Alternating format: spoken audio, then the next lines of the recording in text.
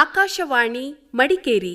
ಸಪ್ತವರ್ಣದ ಸೆರಗ ನೀನು ಹೊದೆದಿರುವೆ, ತಾರೆಗಳ ಪೋಣಿಸುತ್ತ ಮುಡಿಗೇರಿಸಿರುವೆ. ನಮ್ಮ ಪರಿಸರ ನಮ್ಮ ಭವಿಷ್ಯ, ಪರಿಸರ ಜಾಗೃತಿ ಕುರಿತ ಕಾರ್ಯಕ್ರಮ. ತಾರೆಗಳ ಪೋಣಿಸುತ್ತ ಮುಡಿಗೇರಿಸಿರುವೆ. ಕೇಳಿ ಪರಿಸರ ಜಾಗೃತಿ ಕುರಿತ ಕಾರ್ಯಕ್ರಮ ನಮ್ಮ ಪರಿಸರ ನಮ್ಮ ಭವಿಷ್ಯ. ಹಕ್ಕಿಗಳ ಸಂಗೀತ ನಿನ್ನ ಕೊರಳಲ್ಲಿ, ಜೀವಕೋಟಿಗಳೆಲ್ಲ ನಿನ್ನ ಮಡಿಲಲ್ಲಿ, ಜೀವಕೋಟಿಗಳೆಲ್ಲ ನಿನ್ನ ಮಡಿಲಲ್ಲಿ. ನಮ್ಮ ಪರಿಸರ ನಮ್ಮ ಭವಿಷ್ಯ ಕಾರ್ಯಕ್ರಮಕ್ಕೆ ಸ್ವಾಗತ ಶ್ರೋತೃಗಳೇ.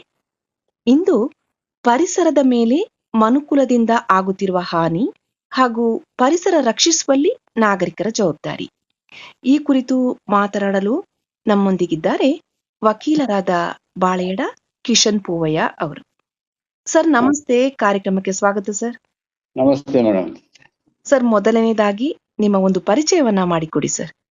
ನಾನು ಬಾಳೆಡ ಕಿಶನ್ ಪೂವಯ್ಯದಲ್ಲಿ ವಕೀಲರಾಗಿ ಮತ್ತು ನೋಟರಿಯಾಗಿ ಮಡಿಕೇರಿಯಲ್ಲಿ 25 ವರ್ಷದಿಂದ ಕಾರ್ಯನಿರ್ವಹಿಸ್ತಾ ಇದ್ದೀನಿ. ಸಣ್ಣ ವಯಸ್ಸಿನಿಂದ ನನಗೆ ಬರೆಯುವ ಹವ್ಯಾಸ ಇತ್ತು. ಸಮಾಜದಲ್ಲಿನ ನ್ಯೂನತೆ ಕಂಡಾಗ ನನಗೆ ಪ್ರತಿಭಟಿಸುವ ಹವ್ಯಾಸವಿತ್ತು. ವಿರಾಜಪೇಟೆ ಹುಟ್ಟಿದ್ದು, ಬೆಳೆದಿದ್ದೆಲ್ಲ ಕೊಡಗಿನಲ್ಲಿ. ಕೊಡಗಿನ ವಿವಿಧ ಕಡೆಗಳಲ್ಲಿ ನನ್ನ ವಿದ್ಯಾಭ್ಯಾಸ ನಡೆಯಿತು. ನನ್ನ ಉನ್ನತ ವಿದ್ಯಾಭ್ಯಾಸಕ್ಕಾಗಿ ನಾನು ಬೆಂಗಳೂರಿನ ಕ್ರೈಸ್ಟ್ ಕಾಲೇಜಿನಲ್ಲಿ ಡಿಗ್ರಿ ಮಾಡಿದೆ. ಹಾವನೂರು ಲಾ ಕಾಲೇಜಿನಲ್ಲಿ ನನ್ನ ಕಾನೂನು ಪದವಿಯನ್ನು ಪಡ್ಕೊಂಡೆ. ಮೈಸೂರು ವಿಶ್ವವಿದ್ಯಾಲಯದ MA ಇತಿಹಾಸದಲ್ಲಿ ಪದವಿ ಪಡೆದುಕೊಂಡಿದ್ದೀನಿ. ತದನಂತರ ನನಗೆ ಕೃಷಿ ಮೇಲೆ ಅಭಿರುಚಿ ಇರುವುದರಿಂದ ಕೊಡಗಿನಲ್ಲಿ ಬಂದು ನನ್ನ ಜೀವನವನ್ನು ಆರಂಭಿಸಿದೆ.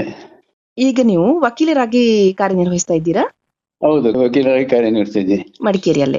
ಮಡಿಕೇರಿ ನೋಟ್ರಿ ಇದೆ. ತುಂಬಾ ಸಂತೋಷ ಸರ್. ಹೇಳಿ ಸರ್, ಈಗ ಕೊಡಗಿನ ಪರಿಸರ, ಅದರ ಹೌದು. ಮೊದಲ ವೈಭವ, ಅನಂತರದ ಬದಲಾವಣೆಗಳು, ಇವುಗಳನ್ನೆಲ್ಲ ಸಾಮಾನ್ಯವಾಗಿ ನೀವು ಎಷ್ಟು ವರ್ಷದಿಂದ ಗಮನಿಸ್ತಾ ಬಂದಿದ್ದೀರಿ ಸರ್? ನಾನು ಹುಟ್ಟಿನಿಂದಲೇ ಸ್ವಲ್ಪ ಪರಿಸರ ಪ್ರೇಮಿ.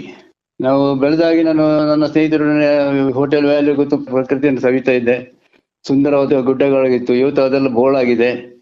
ನಾವು ನೋಡಿ, ವಿಶೇಷವಾಗಿ ಪ್ರಕೃತಿಯಲ್ಲಿ ಹಾಳಾಗಿದೆ ಅಂತ ಹೇಳೋದು ನಾವು ವಿಶ್ಲೇಷಣೆ ಮಾಡ್ಬೇಕಾಗ್ತದೆ. ಪ್ರಕೃತಿ ಎಲ್ಲಿ ಎಲ್ಲೂ ಹಾಳಾಗಿಲ್ಲ. ಕೊಡಗಿನ ನೀವು ನೋಡ್ರಿ, ಎಲ್ಲರೂ ಹಸಿರು ಇನ್ನೂ ಇದೆ. ನಮ್ಮ ಜನ ಹೇಳ್ತಾರೆ ಪ್ರಕೃತಿ ಹಾಳಾಗಿಲ್ಲ, ನಾವು ಉಳಿಸಿದಷ್ಟು ಪ್ರಕೃತಿ ಬೇರೆಲ್ಲಿ ಉಳಿಸಲಿಲ್ಲ ಅಂತೇಳಿ. ನಾನು ಆ ಮಾತ್ರ ಒಪ್ಪುದಿಲ್ಲ. ಯಾಕೆ, ನೀವು ಪ್ರಕೃತಿಯನ್ನು ಹೊಳ ಹೊಕ್ಕು ನೋಡ್ಬೇಕು. ಈ ಪ್ರಕೃತಿ ಹೊಳ ಹೊಕ್ಕಿ ನೋಡಿದಾಗ ಪ್ರಕೃತಿಯಲ್ಲಿ ಏನೂ ಇಲ್ಲ. ನೀವು ಪ್ರಕೃತಿಯನ್ನು ಸೂಕ್ಷ್ಮವಾಗಿ ಗಮನಿಸಿ. ಮೊದಲು ಕೊಡಗಿನಲ್ಲಿ ಯಾವ ಸೀಸನ್ಗಳಿಗೆ ಸರಿಯಾದ ಹಣ್ಣುಗಳು ಬೆಳೀತಾ ಇತ್ತು. ಉದಾಹರಣೆಗೆ ಮಳೆಗಾಲದಲ್ಲಿ ಕರ್ಮಂಜಿ ಹಣ್ಣು, ಬೇಸಿಗೆಯಲ್ಲಿ ನೇರಳೆ ಹಣ್ಣು, ಚೀಪೆ ಹಣ್ಣು, ಕೊಟ್ಟೆ ಹಣ್ಣು, ಹೀಗೆ ಹಲವಾರು ತರದ ಹಣ್ಣುಗಳಿತ್ತು. ಹೌದು. ಇವತ್ತು ಯಾವುದೂ ನಮಗೆ ಕಾಣ್ತಾ ಇಲ್ಲ. ಕಾರಣ ಏನಿರ್ಬೋದು ಸರ್? ಕಾರಣ ನಮ್ಮ ಜನರ ಕೃಷಿಗಾಗಿ ಒತ್ತುವರಿ ಭೂಮಿಯನ್ನು ಮಾಡಿದ್ದು. ಮೊದಲು ಗದ್ದೆಗಾಗಿ ಭೂಮಿ ಕೊಡ್ತಾ ಇದ್ರು, ಅದು ಇವತ್ತೆಲ್ಲ ತೋಟ ಆಗಿದೆ. ತೋಟ ಮಾಡುದು ತಪ್ಪಲ್ಲ, ತೋಟ ಮಾಡುವಾಗ ನಾವು ಅದನ್ನು ಉಳಿಸ್ಕೊಳ್ಬೇಕಿತ್ತು. ಪ್ರಕೃತಿಯ ಮೂಲವನ್ನು ಉಳಿಸ್ಕೊಳ್ಳಲಿಲ್ಲ, ನಾವು ಎಲ್ಲಿಯೂ ನಾವು ಉಳಿಸ್ಕೊಳ್ಳಿಲ್ಲ. ಕಾಡು ಮರಗಳನ್ನು ಗಿಡ ಕಡ್ದು ಸಿಲ್ವರ್ ಗಿಡ ನಡುವುದು ನಮ್ಮ ಪ್ರಕೃತಿ ಆರಾಧನೆ ಒಂದು. ಇವತ್ತು ನಾವೇನ್ ಹೇಳ್ತೀವಿ, ನಾವು ಮರ ಬೆಳೆಸಿದ್ವಿ, ಏನು ಬೆಳೆಸಿದ್ದೀವಿ ಅಂತ ಕೇಳಿದ್ರೆ ಸಿಲ್ವರು, ನೀಲಗಿರಿ, ಇದು ತಪ್ಪಲ್ವಾ? ಇದು ನಾವು ಹೇಳಲಿಕ್ಕೆ ಹೋದ್ರೆ ನಮ್ಮ ಮೇಲೆ ಹಾರಿ ಬೀಳ್ತಾರೆ ಅಷ್ಟೇ ಜನ. ಗದ್ದೆಗಳಿರೋ ಮೊದಲು ಸೇರುಗಟ್ಟಲೆ ಕೊಯ್ಲೆ ಮೀನು ಮಾಡ್ತಾ ಇದ್ರು. ಹೌದು, ಕೇಳಿರ್ಬೋದು. ಕೊಯ್ಲೆ ಮೀನುದಲ್ಲಿ ಗದ್ದೆಯಲ್ಲಿ ಇವತ್ತು ರಾಸಾಯನಿಕ ಗೊಬ್ಬರಗಳ ಬಳಕೆಯಿಂದ ಎಷ್ಟೋ ತರದ ಜಲಚರಗಳು, ಕಪ್ಪೆಗಳು ನಾಶ ಆಗಿದೆ. ಅಂದ್ರೆ ಗದ್ದೆ ನಡುವವರ ಸಂಖ್ಯೆ ಕೂಡ ಕಡಿಮೆ ಆಗ್ತಾ ಇದೆಯಲ್ಲ ಸರ್ ಈಗ ಕೊಡಗಿನಲ್ಲಿ? ಗದ್ದೆ ನೋಡೋರು ಇಲ್ವೇ ಇಲ್ಲ ಈಗ. ಅಲ್ಲ, ಅವರಿಗೆ ನಾವು ಅವ್ರನ್ನ ಹೇಳಿ ಸುಖಲ್ಲ. ಕೃಷಿ ಲಾಭದಾಯಕವಲ್ಲ. ನಾವು ಎಲ್ಲಾ ನ್ಯೂನತೆಗಳು ನೋಡ್ಬೇಕಾಗ್ತದೆ. ಒಂದು ಸೈಡಲ್ಲಿ ನಮಗೆ ಕೃಷಿ ಲೇಬರ್ ಪ್ರಾಬ್ಲಮ್ ಇದೆ. ಹೌದು. ಕೃಷಿ ಮಾಡಿದ ಯಾಂತ್ರೀಕರಣ ಉಪಯೋಗಿಸ್ಬೇಕು, ಅದರಲ್ಲಿ ಪುನಃ ಪ್ರಕೃತಿ ಹಾಳಾಗ್ತದೆ. ಈಗ ನಾವು ಪ್ರಕೃತಿ ಹಾಳಾಗಿದೆ ಅಂತ ಹೇಳಿದ್ರೆ ಸಂಪೂರ್ಣವಾಗಿ ಹೋಗಿದೆ ಅಂತ ಹೇಳ್ತೀನಿ. ಯಾಕೆಂತ ಹೇಳಿದ್ರೆ ಪ್ಲಾಸ್ಟಿಕ್, ಪ್ರಕೃತಿ ಹಾಳ ಪ್ಲಾಸ್ಟಿಕ್. ಎಷ್ಟು ಯಾವ ಮಟ್ಟದಲ್ಲಿ ನಾವು ಇವತ್ತು ಪ್ಲಾಸ್ಟಿಕ್ ಬಳಸ್ತಾ ಇದ್ದೀವಿ, ಯಾವ ಮಟ್ಟದಲ್ಲಿ ಅಂತ ಹೇಳಿ ಯೋಚನೆ ಮಾಡ್ಲಿಕ್ಕೆ. ಇವತ್ತು ನೀವು ಸಾಮಾಜಿಕ ಜಾಲತಾಣದಲ್ಲಿ ಫೋಟೋಗಳು ಹಾಕ್ತಾರೆ, ಎಲ್ಲ ಮಾಡ್ತಾರೆ, ಎಚ್ಚರಿಕೆ ಕೊಡ್ತಾರೆ, ಯಾರು ಎಚ್ಚರ ಆಗುದಿಲ್ಲ, ಇನ್ಕ್ಲೂಡಿಂಗ್ ಮೀ. ನಾನು ತಪ್ಪು ಮಾಡ್ತಾ ಇದ್ದೀನಿ. ನಾನೇ ಇಷ್ಟು ಭಾಷಣ ಬಗ್ಗೆ ನಾನು ತಪ್ಪು ಮಾಡ್ತಾ ಇದ್ದೀನಿ. ಯಾಕೆ, ನಾನೊಬ್ಬ ಪ್ಲಾಸ್ಟಿಕ್ ಬಿಟ್ಟರೆ ಎಲ್ಲರೂ ಬಿಡ್ತಾರಲ್ಲ. ನಮ್ಮ ಜೀವನವನ್ನು ನಾವು ಸರಿ ಮಾಡ್ಲಿಕ್ಕೆ ಸರ್ಕಾರ ಕಾನೂನು ತರಬೇಕು. ಪುನಃ ಉಲ್ಲಂಘನೆ ಮಾಡೋರು ಅದು ನಾವೇ ಅಲ್ವಾ? ಎಷ್ಟು ನೋವು ಆಗ್ತದೆ. ಹೌದು. ಪ್ರವಾಸೋದ್ಯಮ ಬೆಳವಣಿಗೆ ನಾನು ನಿಜವಾಗಿ ಸಪೋರ್ಟ್ ಮಾಡ್ತೀನಿ. ಮತ್ತೆ ಯಾವ ರೀತಿ ಆಗ್ಬೇಕಿತ್ತು ಅದು ಅಂತ. ಬಂಡವಾಳಶಾಹಿಗಳು ಒಂದು ಬಂಡವಾಳ ಹೂಡಿದ್ರು. ಇವತ್ತು ಪ್ರವಾಸೋದ್ಯಮ ಏನಾಗಬೇಕಿತ್ತು, ಕೊಡಗಿನ ಜನರಿಗೆ ಅನುಕೂಲ ಆಗಬೇಕಿತ್ತು. ಇವತ್ತು ಫಾರಿನ್ 100 ಕೋಟಿ ಇನ್ವೆಸ್ಟ್ ಮಾಡಿ ರಿಸಾರ್ಟ್ ಕಟ್ಟಿದ್ರೆ ಅವ್ರ ಹೇಳ್ತಾರೆ ಕೊಡಿನವ್ರಿಗೆ ಉದ್ಯೋಗ ಸಿಕ್ಕಿದೆ, ಒಬ್ಬರಿಗೆ ತೋರಿಸಿಕೊಡಿ ನನಗೆ ಉದ್ಯೋಗ ಸಿಕ್ಕಿದೆ ಅಂತೇಳಿ, ಯಾರಿಗೂ ಸಿಗ್ಲಿಲ್ಲ. ನೀವು ನೋಡಿ ಎಲ್ಲ ರಿಸಾರ್ಟ್ಗಳು ಹೋಗಿ ಎಲ್ಲ ಹೊರಗಡೆ ಅವರಿದ್ದಾರೆ. ಪ್ರವಾಸೋದ್ಯಮ ಎಲ್ಲಿ ಬೆಳಿಬೇಕಿತ್ತು? ಲೋಕಲ್ ಆಗಿ ಒಂದು ಸಣ್ಣ ಮನೆ ರಿಸಾರ್ಟ್ ಮಾಡ್ಕೊಂಡು ಎಲ್ಲ ತಮ್ಮ ತೋಟದಲ್ಲಿ ಒಂದು ಎಸ್ಟೇಟ್ ಮನೆ ಮಾಡ್ಕೊಂಡು ನಮಗೆ ಒಂದು ಸೈಡ್ ಇನ್ಕಮ್ ಆಗಿ ಬೆಳಿಬೇಕಿತ್ತು. ಹೌದು ಹೌದು. ಮನುಕುಲಕ್ಕೆ ಪರಿಸರವೇ ಬೇಡ.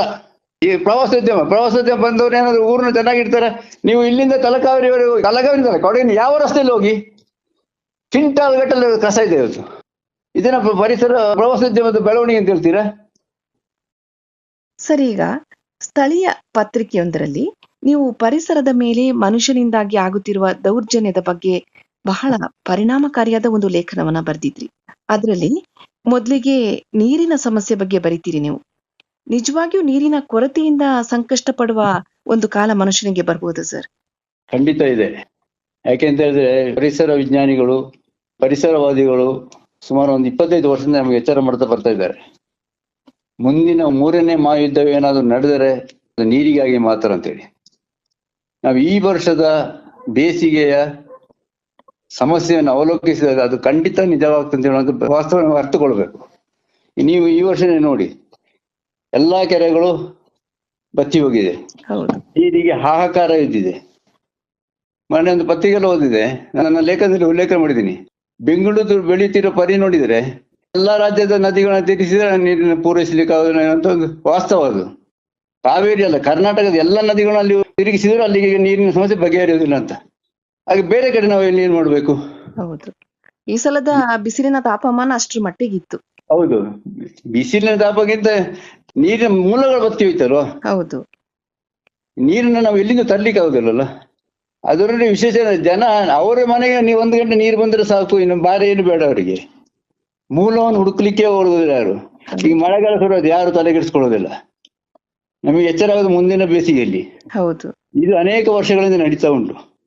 ನಾವು ಲೇಖನವನ್ನು ಬರಿತೀವಿ, ಭಾಷಣವನ್ನು ಮಾಡ್ತಾರೆ, ಎಲ್ರು ಹೇಳ್ತಾರೆ, ಜನ ಎತ್ತಿಕೊಳ್ಬೇಕು. ನಮ್ಮ ಮುಂದೆ ಯಾರಾದ್ರೂ ಒಬ್ಬ ಲೇಔಟ್ ಮಾಡುವಾಗ ತೋಡನ್ನು ಮುಚ್ಚಿದ್ರಲ್ಲ, ನೀರಿನ ಸೆರೆಯನ್ನು ಮುಚ್ಚಿದ್ರೆ ಪ್ರತಿಭಟನೆ ಮಾಡ್ಬೇಕು. ಮಾಡೋದಿಲ್ಲ. ನೀರಿನಂತೂ ಮುಂದಕ್ಕೆ ಮಹಾಯುದ್ಧ ನಡೆದು ಗ್ಯಾರಂಟಿ ನೀರಿಗಾಗಿ. ಹೌದು ಸರ್, ಹೌದು. ಈಗ ಎಷ್ಟೋ ಕಡೆ ಕೆರೆಗಳನ್ನ, ಬಾವಿಗಳನ್ನೆಲ್ಲ ಮುಚ್ಚಿ ಅಲ್ಲಿ ರಸ್ತೆಯೋ ಕಟ್ಟಡಗಳನ್ನ ನಿರ್ಮಾಣ ಮಾಡಿದ್ದಾರೆ. ಇದರಿಂದ ಇಡೀ ಮನುಕುಲಕ್ಕೆ ಆಗಬಹುದಾದಂತ ದುಷ್ಪರಿಣಾಮದ ಬಗ್ಗೆ ತಾವು ಏನ್ ಹೇಳ್ತೀರಾ ಸರ್? ಎಷ್ಟೋ ಕಡೆ ಅಲ್ಲ, ಬಹುತೇಕ. ಹೌದು, ಎಷ್ಟೋ ಕಡೆ ಅಲ್ಲ, ಇದು ಬಹುತೇಕ ಕೆರೆಗಳನ್ನ ಮುಚ್ಚಿ, ಬಾವಿಗಳನ್ನ ಮುಚ್ಚಿ ನಾವು ಲೇಔಟ್ ನಿರ್ಮಾಣ ಮಾಡ್ತಿರೋದು. 100ಕ್ಕೆ 100ರಷ್ಟು ನಮ್ಮ ಲೇಔಟ್ಗಳು ಕೆರೆಗಳಲ್ಲಿ ಆಗಿದೆ. ಈ ನಮ್ಮ ಮಡಿಕೆಯಲ್ಲಿ ಒಂದು ಕೆರೆ ಇತ್ತು, ದಾಸವಾಳ ಕೆರೆ ಅಂತೇಳಿ, ಅದನ್ನೇ ಮುಚ್ಚಿಬಿಟ್ರು. ಪಕ್ಷಿಗಳಿಗೆ ತಾರಸಿಯಲ್ಲಿ ನೀರಿಡಿ ಅಂತ ಹೇಳ್ತಾರೆ, ಬೇರೆ ಪ್ರಾಣಿಗಳಿಗೆ ಏನ್ ಮಾಡ್ತಾರೆ? ನಿಜ.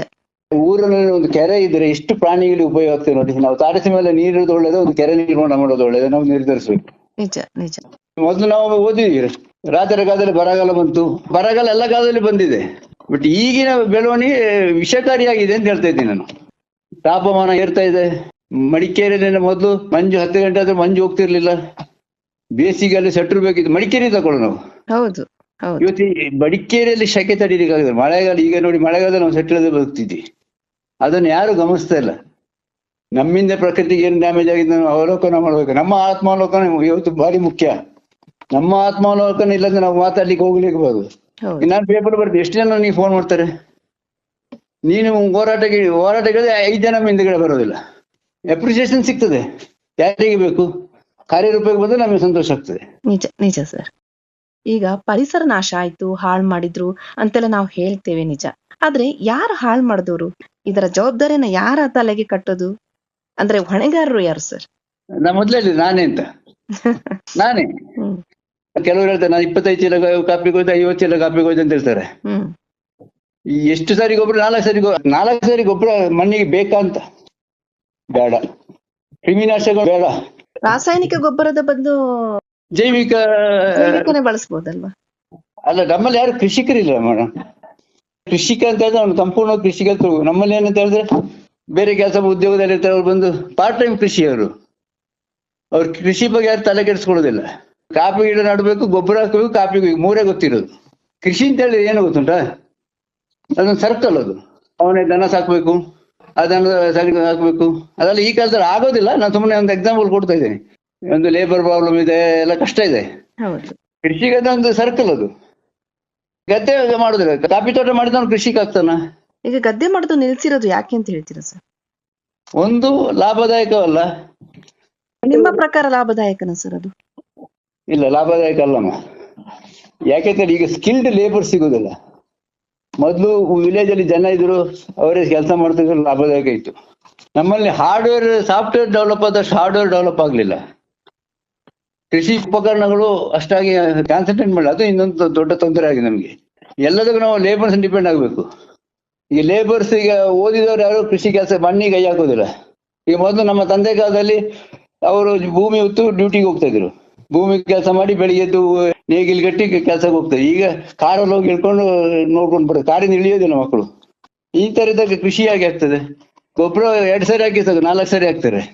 ಮಣ್ಣಿನ ಟೆಸ್ಟ್ ಮಾಡ್ಬೇಕು. ಅತಿಯಾದ ರಾಸಾಯನಿಕ ಸಣ್ಣ ಸಣ್ಣ ಕ್ರಿಮಿ ಕೀಟಗಳು ನೋಡಿ ಸಾಯಲಿಕ್ಕೆ ಶುರು ಹೋಗ್ತದೆ. ಅಂದ್ರೆ ಕೃಷಿಕ ಅಂತ ಹೇಳಿದ್ರೆ ಒಂಥರ ಕೃಷಿಯಲ್ಲೇ ಇರ್ಬೇಕು.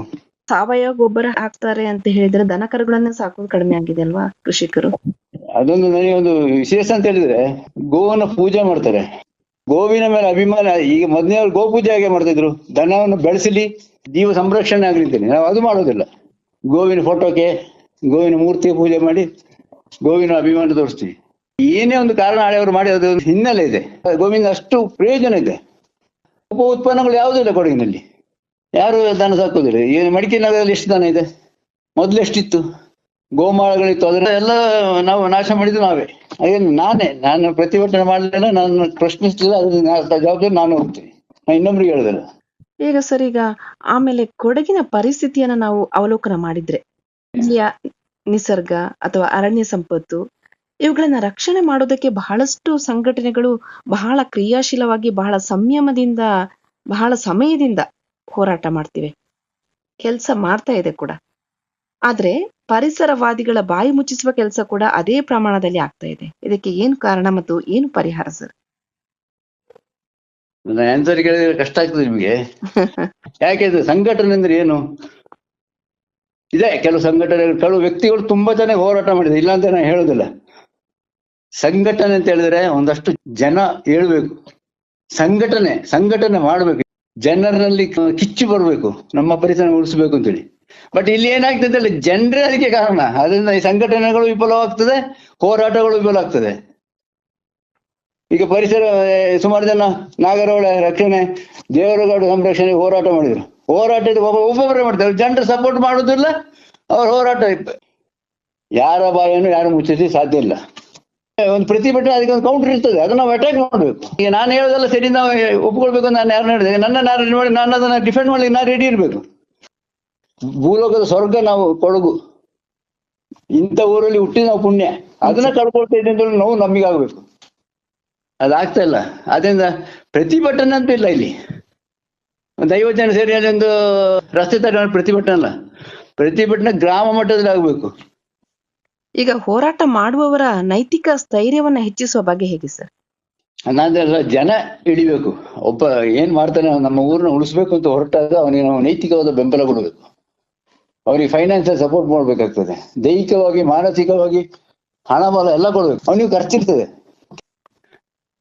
ಬರೀ ದುಡ್ಡು ಕೊಟ್ಟರೆ ಸಾಲೋದಿಲ್ಲ, ಹೋಗ್ಬೇಕು. ಇನ್ನೊಂದು ಹೇಳ್ತೀನಿ, ಪರಿಸರ ಯಾರಲ್ಲಿ ಬೆರಿಬೇಕು? ನಮ್ಮ ಜಾಗ, ನಮ್ಮ ಮನೆ ಸುತ್ತಮುತ್ತ ಇದು ಮಾಡ್ತಾ ಇಲ್ಲ, ಅತಿಕ್ರಮಣ ಆಗ್ತಾ ಇದೆ, ನಾವು ನೋಡ್ತಾ ಇಲ್ಲ. ಈಗ ಪರಿಸರ ರಕ್ಷಣೆಗಾಗಿ ಬಹಳಷ್ಟು ಇಲಾಖೆಗಳಿವೆ, ಒಂದೆರಡಲ್ಲ. ಆದ್ರೆ ಯಾಕೆ ಅವುಗಳ ಕಾರ್ಯನಿರ್ವಹಣೆ ಯಶಸ್ಸು ಕಾಣ್ತಾ ಇಲ್ಲ ಸರ್? ತಮ್ಮ ಅಭಿಪ್ರಾಯ ಏನು ಸರ್ ಇದ್ರ ಬಗ್ಗೆ? ಭೂಮಿ ಮೇಲೆ ಇರುವ ಪ್ರತಿಯೊಂದು ಸಂಪನ್ಮೂಲಕ್ಕೂ ಒಂದೊಂದು ಇಲಾಖೆ ಇದೆ. ಅದು ಅರಣ್ಯ ಇಲಾಖೆ ಇರಲಿ, ಶಬ್ದ ಮಾಲಿನ್ಯ ಇರಲಿ, ವಾಯು ಮಾಲಿನ್ಯ ಇರಲಿ, ಒಳಚರಂಡಿ ನೀರು ಸರಬರಾಜು ಇರಲಿ, ವನ್ಯಜೀವಿ ಸಂರಕ್ಷಣೆ ಅಂತ ಹೇಳ್ತೀವಿ. ಯಾರು ಮಾಡ್ಬೇಕು?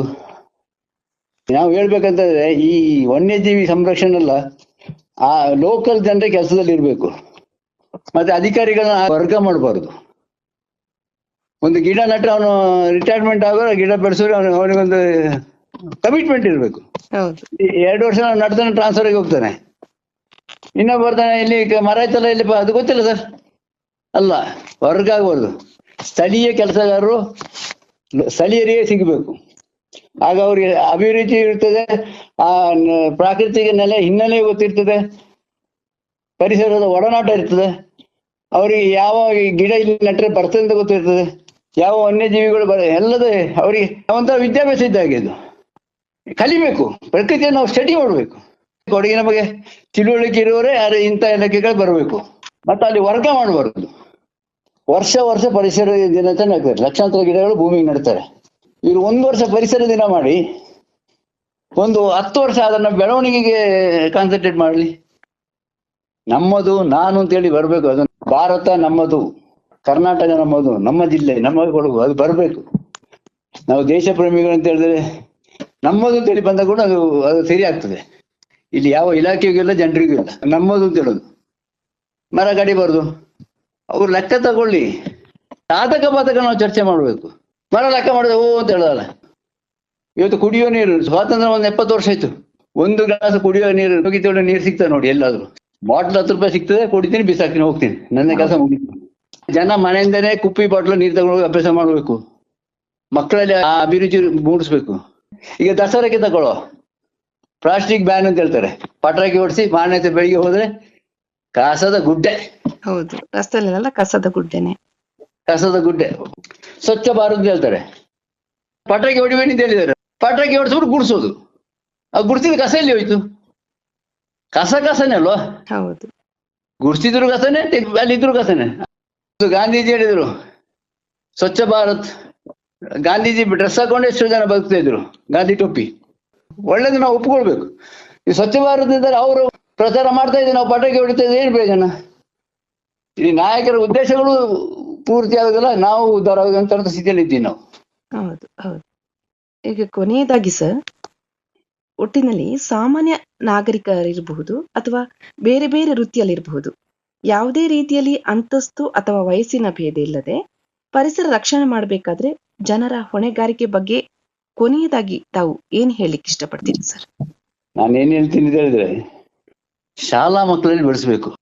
ಮೊದಲು ಶಾಲೆಗಳಲ್ಲಿ ಹೂತೋಟಗಳಿರ್ತಿತ್ತು, ಕೈ ತೋಟಗಳಿರ್ತಿತ್ತು. ಇವತ್ತು ಅದು ಯಾವುದೂ ಇಲ್ಲ. ಇವತ್ತು ಬಿಲ್ಡಿಂಗ್ ಇದಕ್ಕೆಲ್ಲ ಶಾಲೆಗಳಾಗಿದೆ. ಆಗ ನಾವೇನು ಪರ್ಯಾಯ ಹುಡುಕಬೇಕಿತ್ತು.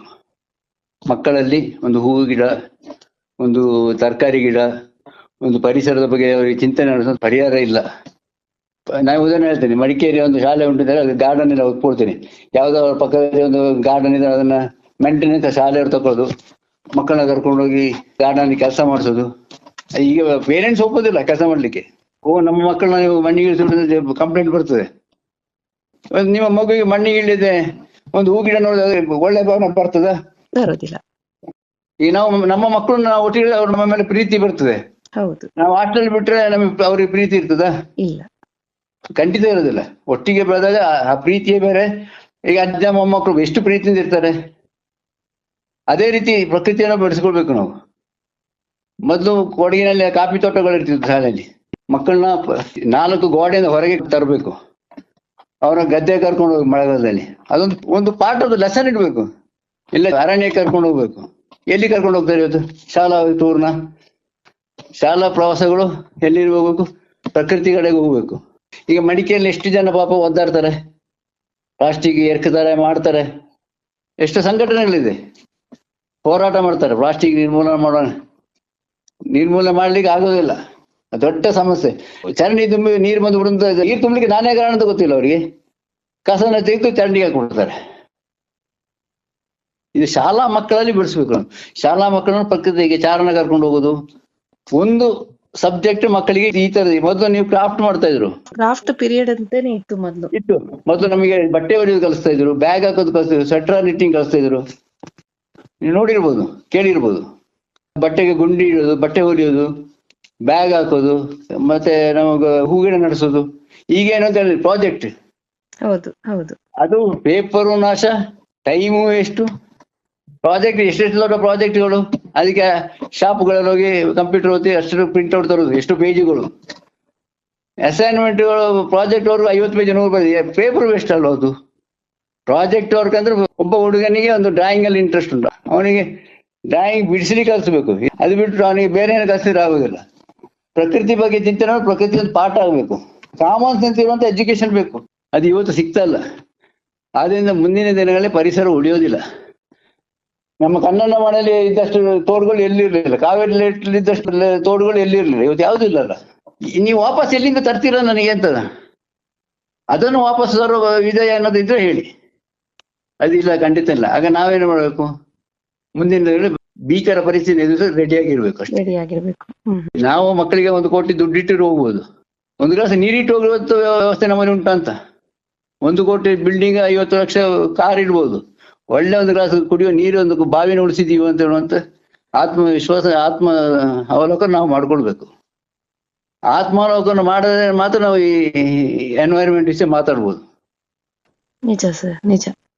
ತುಂಬಾ ಧನ್ಯವಾದಗಳು ಬಾಳೇಡ ಕಿಶನ್ ಪೂವೆ ಅವರೇ. ಇಷ್ಟು ಹೊತ್ತು ಪರಿಸರದ ಮೇಲೆ ಮನುಷ್ಯರಿಂದ ಯಾವ್ಯಾವ ರೀತಿಯ ಹಾನಿ ಆಗ್ತಾ ಇವೆ, ಪರಿಸರವನ್ನ ಕಾಪಾಡುವಲ್ಲಿ ನಾಗರಿಕರಾಗಿ ನಮ್ಮ ಪಾತ್ರ ಏನು ಅನ್ನೋದನ್ನ ಬಹಳ ಮನಮುಟ್ಟುವಂತೆ ತಿಳಿಸಿಕೊಟ್ಟಿದ್ದೀರಿ. ನಮ್ಮ ನಾಳೆಗಾಗಿ, ನಮ್ಮ ಮನುಕುಲದ ನಾಳೆಗಾಗಿ ಪ್ರಕೃತಿಯನ್ನ ಪೂಜ್ಯ ಭಾವ ಮತ್ತು ಜವಾಬ್ದಾರಿಯುತ ದೃಷ್ಟಿಯಿಂದ ಆರಾಧಿಸುವ ಮತ್ತು ನೋಡುವ ದೃಷ್ಟಿಕೋನವನ್ನು ಇನ್ನಾದ್ರೂ ಬೆಳೆಸಿಕೊಳ್ಳೋಣ ಅಂತ ಹೇಳ್ತಾ, ನಿಮ್ಮ ಅಮೂಲ್ಯವಾದಂತಹ ಮಾತುಗಳಿಗಾಗಿ ಧನ್ಯವಾದಗಳು ಸರ್. ನಮಸ್ಕಾರ. ನಮಸ್ಕಾರ, ಧನ್ಯವಾದಗಳು. ಇದುವರೆಗೆ ಪರಿಸರದ ಮೇಲೆ ಮನುಕುಲದಿಂದ ಆಗುತ್ತಿರುವ ಹಾನಿ ಹಾಗೂ ಪರಿಸರವನ್ನ ರಕ್ಷಿಸುವಲ್ಲಿ ನಾಗರಿಕರ ಜವಾಬ್ದಾರಿ, ಈ ಕುರಿತು ವಕೀಲರಾದ ಬಾಳೆಯಡ ಕಿಶನ್ ಪೂವಯ್ಯ ಅವರೊಂದಿಗೆ ನಡೆಸಿದ ಸಂದರ್ಶನವನ್ನ ಕೇಳಿದಿರಿ. ಸಪ್ತವರ್ಣದ ಸೆರಗ ನೀನು ಹೊದೆದಿರುವೆ, ತಾರೆಗಳ ಪೋಣಿಸುತ್ತ ಮುಡಿಗೇರಿಸಿರುವೆ. ಇದುವರೆಗೆ ನಮ್ಮ ಪರಿಸರ ನಮ್ಮ ಭವಿಷ್ಯ ಪರಿಸರ ಜಾಗೃತಿ ಕುರಿತ ಕಾರ್ಯಕ್ರಮ ಕೇಳಿದಿರಿ.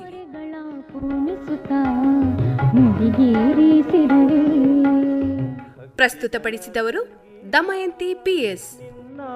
ಕೊರಳಲ್ಲಿ ಹಕ್ಕಿಗಳ ಸಂಗೀತ ನಿನ್ನ ಕೊರಳಲ್ಲಿ. ಈ ಕಾರ್ಯಕ್ರಮ ಆಕಾಶವಾಣಿ ಮಡಿಕೇರಿ ಕೇಂದ್ರದಿಂದ ಮೂಡಿಬಂತು.